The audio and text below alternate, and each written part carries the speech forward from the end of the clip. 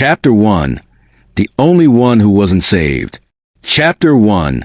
The Only One Who Wasn't Saved. 750 words. My throat felt like sandpaper. Every breath burned. I tried to call out, but it came out as a cough that tore my chest open. "Mom," I rasped. "Mom, help." From Ethan's room came loud crying. The door flew open. Footsteps rushed past my room. Straight to him. "Ethan, baby, what's wrong?" Mom's voice was panicked. "He's burning up." Dad shouted. Dad. "Same fever as Arya, but worse. He's shaking." I dragged myself to the edge of the bed. My legs wouldn't hold me. I fell to the floor. "Mom, please. I can't breathe." They didn't hear me. I heard zippers, blankets, Ethan sobbing.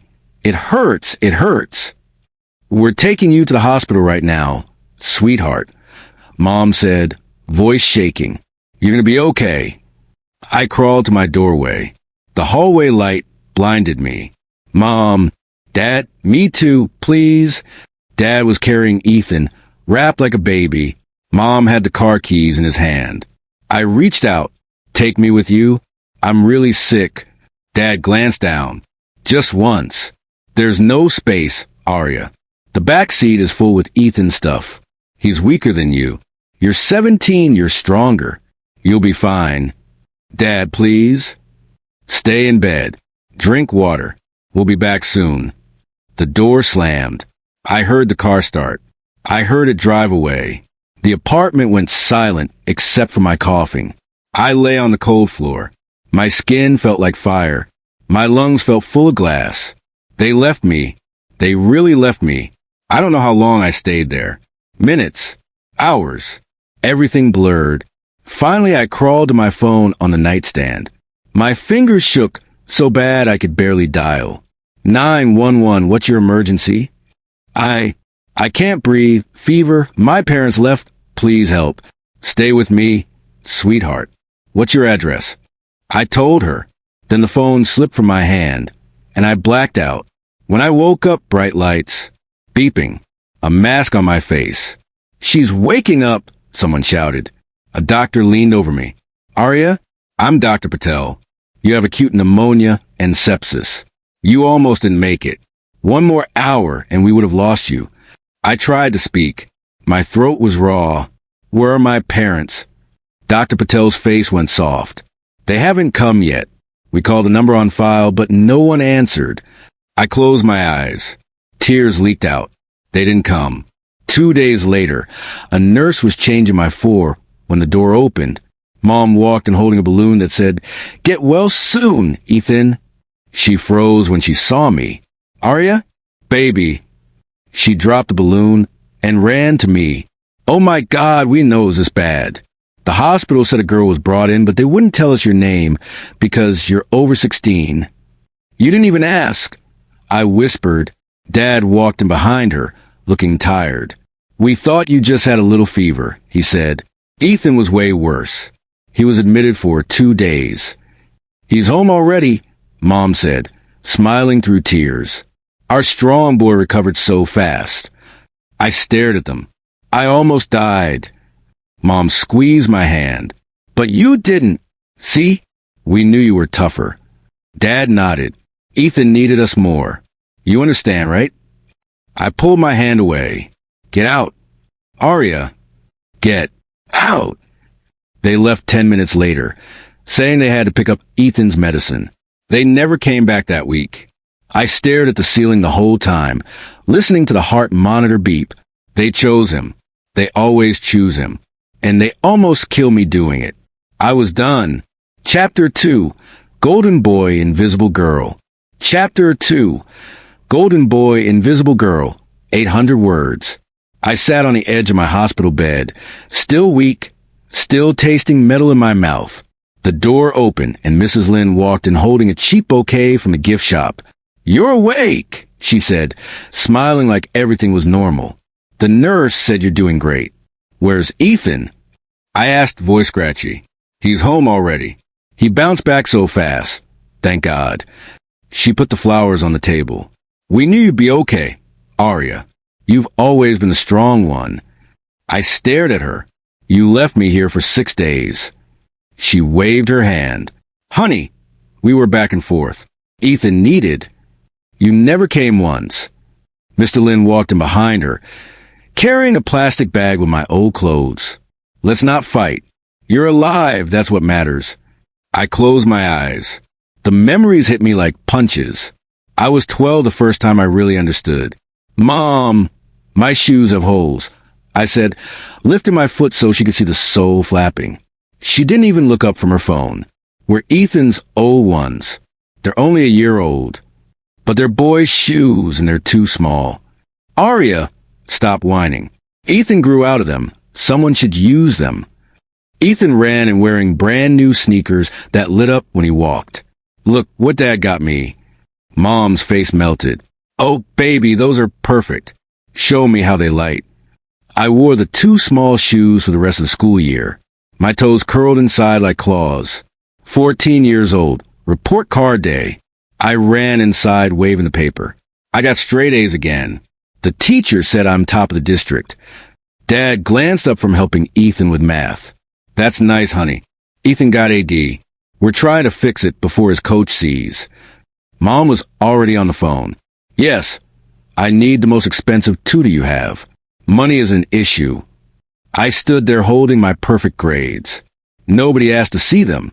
Later that night, I heard them in the kitchen. She's jealous, Mom whispered.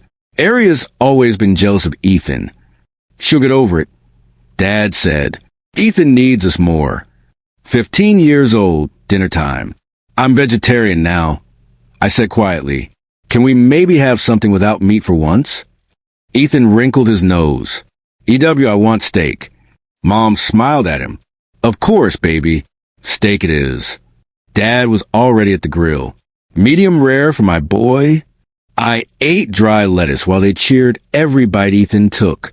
16 years old, the day of a national scholarship ceremony. I wore the only dress I owned, ironed it twice so it looked new. I waited by the door.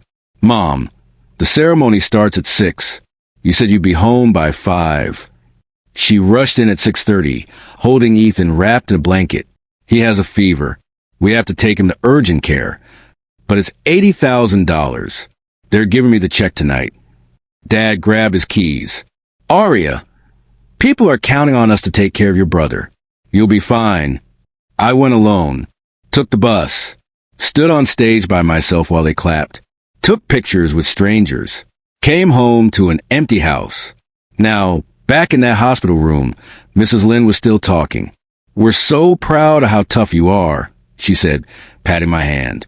Some kids would have fallen apart, but not you. I pulled my hand away. I almost died. But you didn't, Mr. Lin said, like that fixed everything. Let's go home. Ethan's waiting. I looked at them. Really looked. Same faces, same words, same choice. That night, lie in my old bed, Ethan snoring in the next room with the new air purifier they bought him. I made a decision. They weren't Mom and Dad anymore. They were Mrs. Lin and Mr. Lin. And I was done waiting to be seen. Chapter 3. The accident that changed everything. I was in the kitchen making instant noodles when Ethan burst through the door, eyes shining like he'd won the lottery. Dad, you said if I got AB+ on the math test, I could drive the new car tonight. Dad looked up from his phone and grinned. That's my boy. Keys are on the hook. My spoon stopped halfway in my mouth. Dad, he only has a learner's permit. He's not supposed to drive alone. Ethan rolled his eyes so hard I heard it. God, Aria, stop being such a fun killer. I won't be alone. Jake's coming with me. Jake, his stupid friend who thinks speed limits are suggestions. Dad, please, I said, turning to him. The roads are wet from the rain. One mistake. Dad waved me off. Aria, relax. He needs to build confidence. You worry too much. Mom walked in carrying grocery bags. What's all the shouting about? Ethan wants to take the BMW tonight, I said quickly, by himself. Mom smiled at Ethan like he was made of sunlight. Oh, honey, that's wonderful. Just be careful, okay? Text me when you get to Jake's. Ethan smirked at me. See? Even Mom trusts me. You're 15. I snapped. And you're jealous because nobody ever let you drive it, he shot back. I felt my face burn. I'm 17 and I have my full license. But sure, keep telling yourself that. Dad tossed the keys. Ethan caught them one-handed. Be home by 11, Dad said. Midnight. Ethan begged. Dad laughed. Fine. Midnight. Love you, champ. Ethan ran out. The front door slammed. I stared at my cold noodles. This is a bad idea. Mom patted my shoulder. You're too serious, Arya. Let him live a little. I went in my room and tried to study. But every car that passed made my heart jump. At 11:47, my phone rang. Unknown number. Hello? Is this Arya Lynn? This is Officer Ramirez. There's been an accident. Your brother Ethan. Everything after that sounded like I was underwater. I ran downstairs. Mom and Dad were already grabbing coats. How bad? I asked. Dad's face was white. They said the car flipped. He's alive, but let's just go. The hospital smelled like bleach and fear. We found Ethan in the ICU. Tubes everywhere. His legs and braces. The doctor pulled my parents aside. I stood close enough to hear. Spinal cord injury at T10. Complete paralysis from the waist down. He'll never walk again. Mom screamed. Dad caught her before she hit the floor.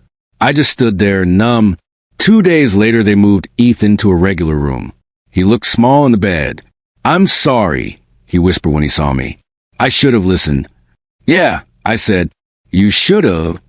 Mom glared at me. Arya, not now. Ethan started crying. It's my fault. I ruined everything. Mom stroked his hair. Sure, baby, no. We'll fix this. Whatever it takes. That night, Dad called a family meeting in the hallway. We're selling the house, he said. We need the money for Ethan's care. Therapies, equipment, maybe surgery overseas. What about my college fund? I asked quietly. Dad didn't even look ashamed. We're using it. Ethan needs it more right now. That was $80,000. My scholarship money. You said you were keeping it safe for me. Mom's voice cracked. Arya, he's paralyzed. Do you understand what that means? Your brother will never walk again. And I'll never go to college, I said. Dad's jaw tightened. You can take a gap year. Work. Apply for loans. Ethan can't wait. I laughed, but it came out broken. Of course. Ethan can't wait. Ethan always comes first. Arya, Mom started. No, I cut her off. You made your choice the night. You left me burning with fever. Now you're making it again. I walked back into Ethan's room. He was staring at the ceiling. They're selling the house for me, he said softly. Yeah. And taking your college money. Yeah. He turned his head. Tears ran into his ears. I didn't ask them to. But you never stopped him either, I said. I left the room. In the hallway, I heard Mom crying to Dad. We have to move to a smaller place. 1 level. For the wheelchair. Dad's voice was tired. Whatever Ethan needs. I leaned against the wall and slid down until I hit the floor. Everything I worked for, gone. Everything they promised me, gone. All for the brother who took the car, flipped it, and somehow still ended up with both parents wrapped around his finger. I pressed my forehead to my knees and didn't make a sound, because nobody would have heard me anyway. Chapter 4. You are not my family anymore. The morning of my 18th birthday, I woke up to the smell of pancakes like when I was little. Instead, I woke up to Mrs. Lynn screaming at the nurse on the phone. No, he needs the stronger painkillers. He cried all night. Do you know how much we pay you people? I pulled the thin blanket over my head. Same song, different day. A soft knock came at my door. I sat up. Come in. Mrs. Lynn walked in holding a small chocolate cake. One single candle stuck in the middle. She smiled like everything was normal. Happy birthday, sweetie. She put the cake on my desk. We're all exhausted, but we didn't forget you. I stared at the cake. In blue icing it said, Get well soon, Ethan. I looked up at her. You bought Ethan's leftover cake for my birthday? Her face went red. The bakery made a mistake. It was already paid for, and it has his name on it. I can scrape it off. Leave it. I stood up. I'm not hungry. She reached for my arm. Arya, don't be like this. Today of all days. Today of all days, you couldn't even buy me a new cake. My voice cracked. 18 years, and I still get trash? Footsteps in the hallway. Mr. Lin appeared. Phone in hand. Honey, the insurance called. They denied the new wheelchair again. Mrs. Lin turned fast. What? They promised. I walked past both of them to the kitchen, opened the fridge, took out a bottle of water. They kept talking over my head like I was air. I went back to my room, shut the door, and locked it. I sat on the bed and stared at Ethan's name on my birthday cake until the candle melted and fell over. That was the moment I decided. I pulled my old backpack from under the bed. I stuffed in 3 t-shirts, 2 jeans, my laptop, charger, the $2,300 I had hidden inside an old textbook, and the acceptance letter from community college. I took a sheet of paper and wrote, Mrs. and Mr. Lin, you always wanted only one child. Today you finally have it. Ethan is your son. I was never your daughter. Don't call. Don't text. Don't look for me. You left me to die once. I'm returning the favor. I'm letting you live exactly the way you chose. Arya, I left a letter on top of cake, so the icing would stick to it. I heard the front door open and close. They were taking Ethan to physical therapy. Same time every Tuesday. I waited 5 minutes. Then I walked out with my backpack. The apartment door clicked shut behind me. I didn't lock it. They could worry about that now. Downstairs, Mrs. Rodriguez from 2B was getting her mail. Arya, you okay, Mija? You're crying. I touched my face. Yeah, I'm great, actually. Can I use your phone one time? She let me in. I called Maya, my only real friend left. Maya, it's me. Can I sleep on your couch tonight? Girl, yes. What happened? I just became an orphan. I'll explain when I get there.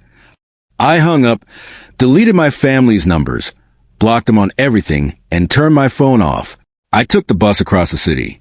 When I stepped off at Maya's stop, the air felt different, cleaner.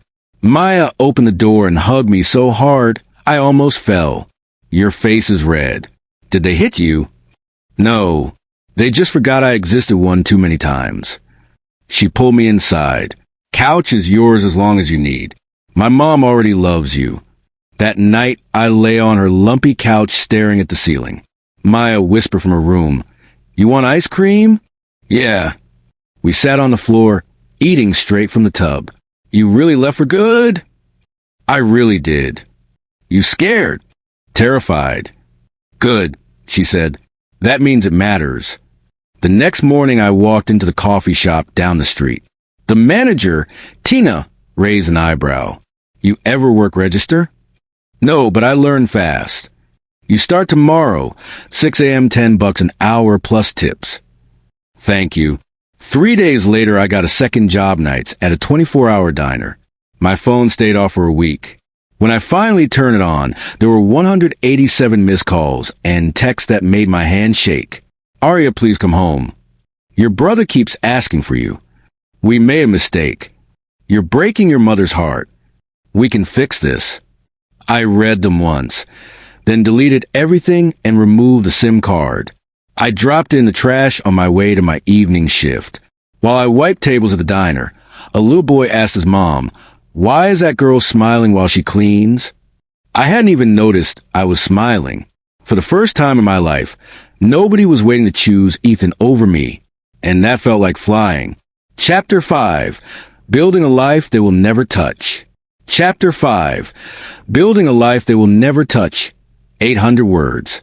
I pushed open the glass door of the campus cafe. Rain dripping from my hoodie. Mia waved from the corner booth.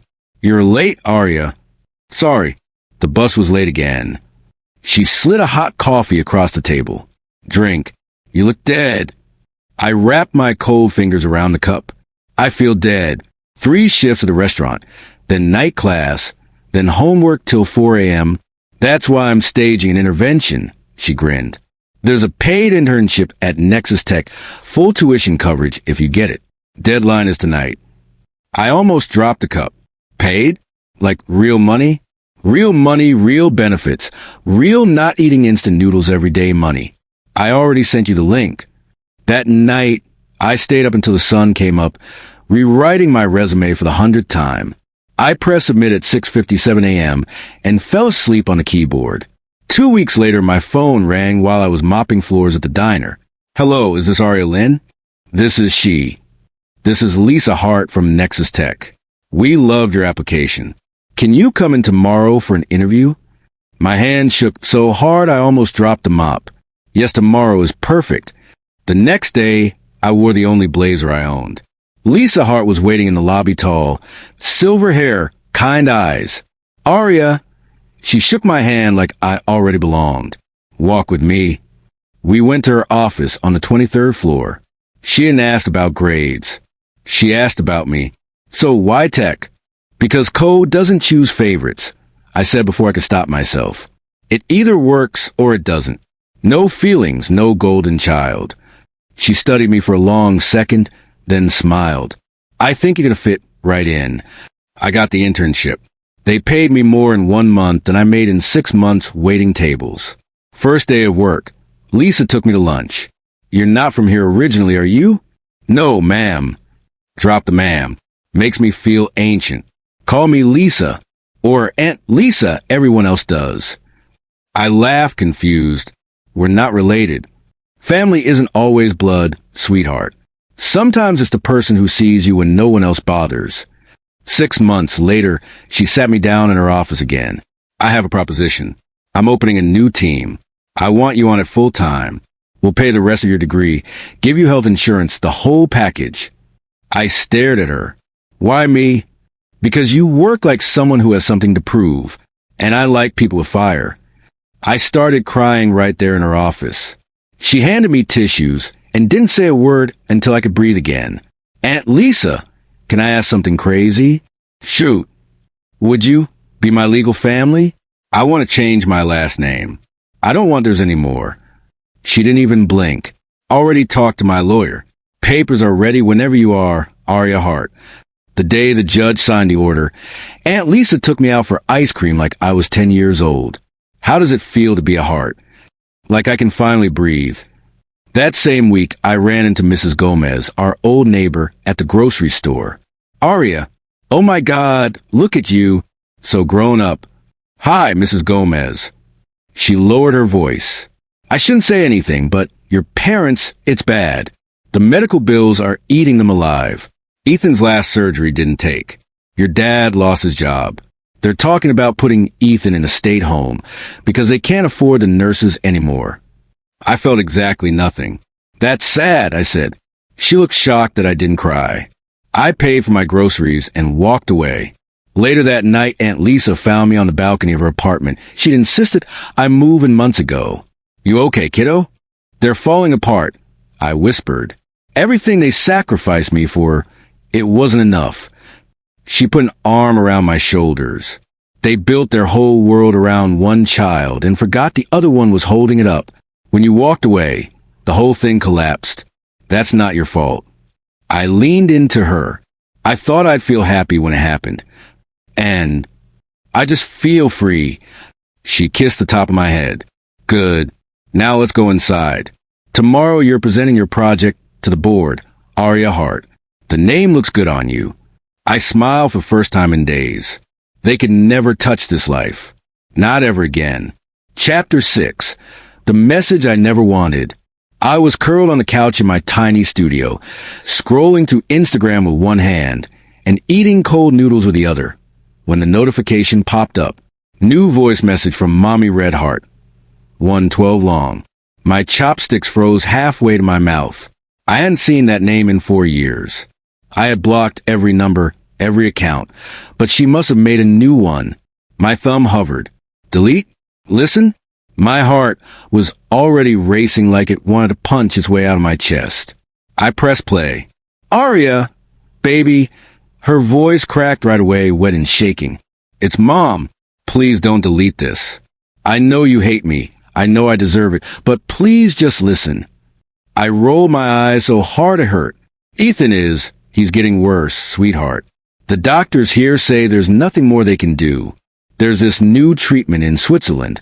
Stem cells. Something experimental. It could give him a chance to feel his legs again, maybe even walk one day. But it costs $450,000, Arya. We lost a house.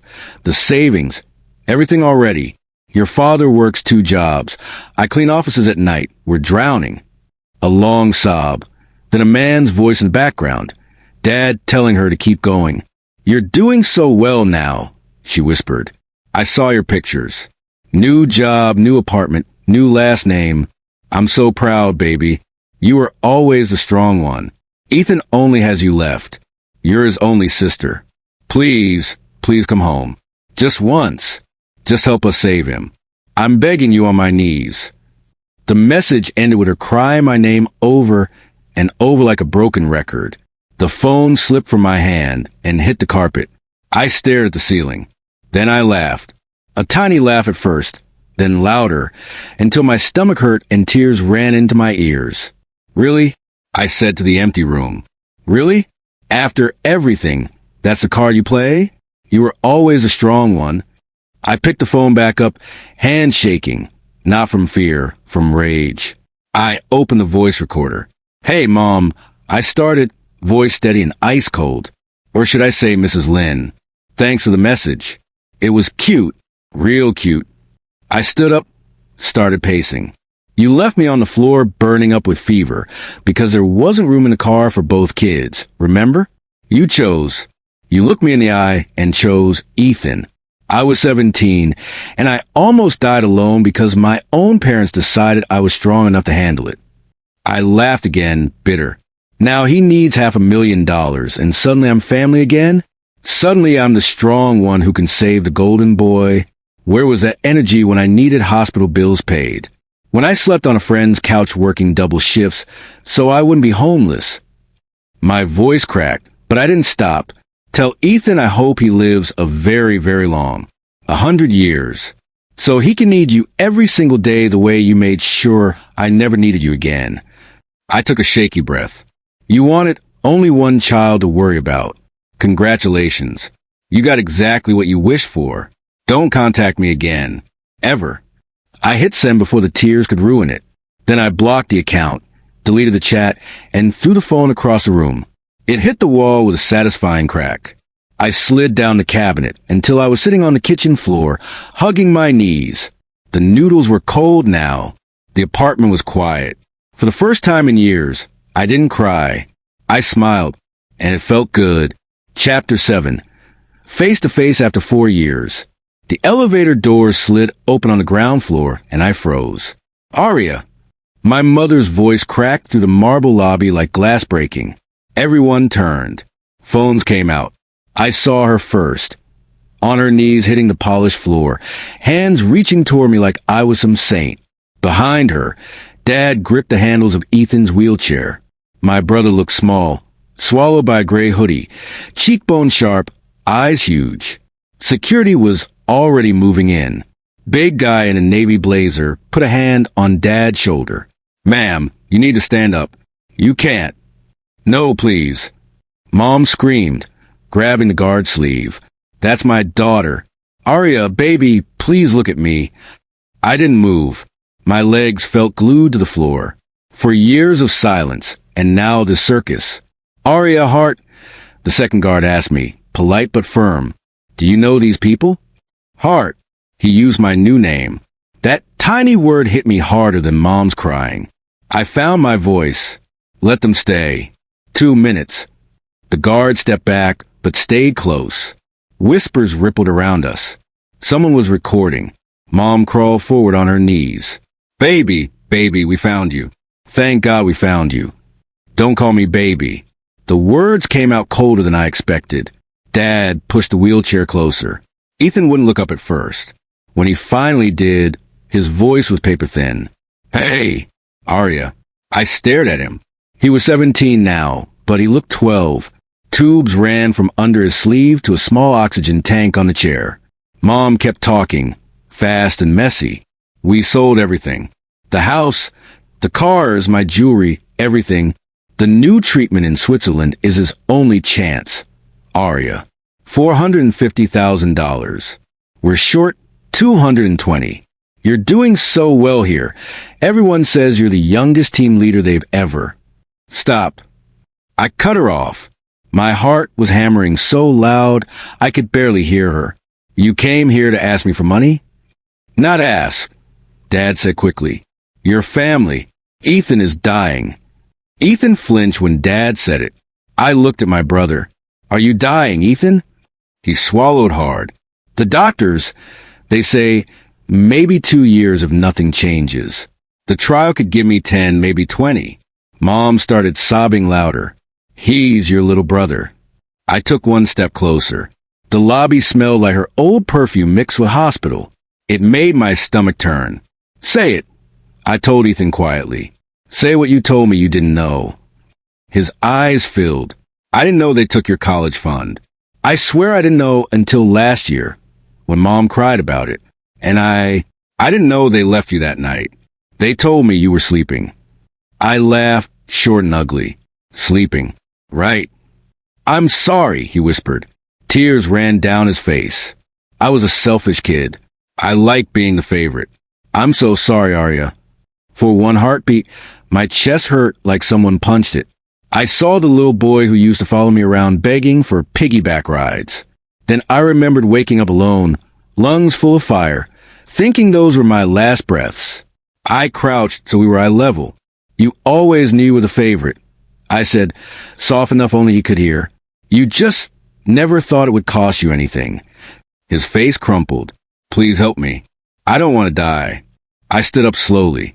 Mom grabbed my wrist. If you walk away, you're killing your own brother. I looked down at her fingers digging into my skin and pulled free. No, you killed the sister he had the night you drove away without me. Dad shouted, Aria, don't do this. I turned my back. Aria. Mom wailed. Aria, please. I'm begging you. Ethan's broken voice chased me. I'm sorry. I'm so sorry. I kept walking toward the elevator. The guards moved to block them when they tried to follow. The doors closed on their crying, on my old name, on everything. I pressed the button for the 23rd floor and watched the numbers climb. My hands weren't even shaking. I was finally completely free. Chapter 8. Karma doesn't need my help. I was heating leftover pizza when my phone buzzed on the counter. Unknown number. I almost ignored it, but answered anyway. Hello, Aria? It's Jenna from high school. Please don't hang up. Jenna, we used to share earbuds in math class. I hadn't heard her voice in 4 years. I won't hang up, I said. What's up? She took a shaky breath. I saw your mom yesterday, at the grocery store. She didn't even recognize me at first. She looks 20 years older, Aria. I asked about Ethan, and she just started crying right there by the canned soup. My stomach tightened, but I stayed quiet. Jenna kept going. They lost the apartment.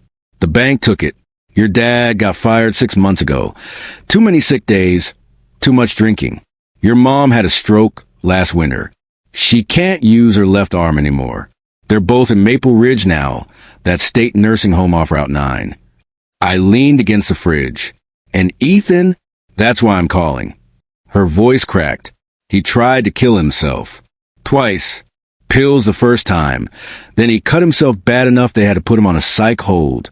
The Switzerland clinic turned him down because of the suicide attempts. Said the risk is too high. The state pays for his basic care now, but that's it. He just sits in a wheelchair and stares at the wall. No visitors except your parents, and your mom can barely walk anymore. I closed my eyes. I waited for the rush. Anger, satisfaction, something. Nothing came. Jenna whispered, I'm sorry.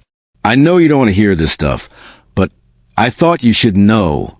Thanks for telling me, I said. My voice sounded far away.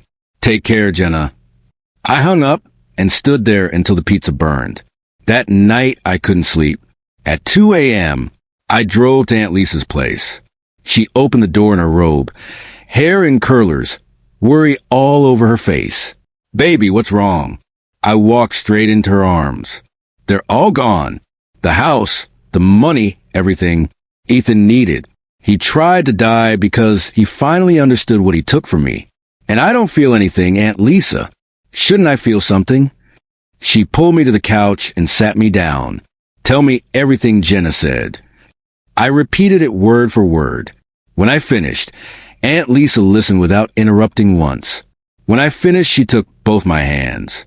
Listen to me, Arya Hart. Her voice was soft but strong. You didn't push Ethan into that chair. You didn't make your father drink. You didn't give your mother a stroke. They did that the night they looked at their sick daughter and said, "There's no room." I know, but... No buts. She squeezed my fingers. Karma isn't a weapon you swing, sweetheart. It's a mirror. They looked into it and saw monsters. That's not on you. I started crying then, quiet, ugly crying into her shoulder. I waited years to feel good about this. I sobbed. I wanted them to hurt the way I hurt. And now they are, and it feels empty. Aunt Lisa stroked my hair. That emptiness? That's peace, baby. You're not celebrating their pain because you're not them. You won, not by breaking them. You won by not becoming them. I pulled back and looked at her. You really think so? I know so. She wiped my tears with her sleeve. The girl they left on the floor grew up and built a life full of love. They're stuck in the life they chose. That's the real punishment, living with what they threw away. I let out a long breath. For the first time in years, my chest didn't ache. Thank you, I whispered. She kissed my forehead. Go home and sleep, my strong girl. Tomorrow the worst is over. I drove back with the windows down. The night air tasted clean. I didn't feel joy. I didn't feel hate. I just felt free. Chapter 9. The day I finally breathed. The dean calls my name. Arya Hart, summa cum laude. The auditorium roars. I walk across the stage in my black gown, heels clicking, diploma heavy in my hands. My smile feels too big for my face. I look into the crowd. Aunt Lisa is in the third row, already sobbing into a tissue.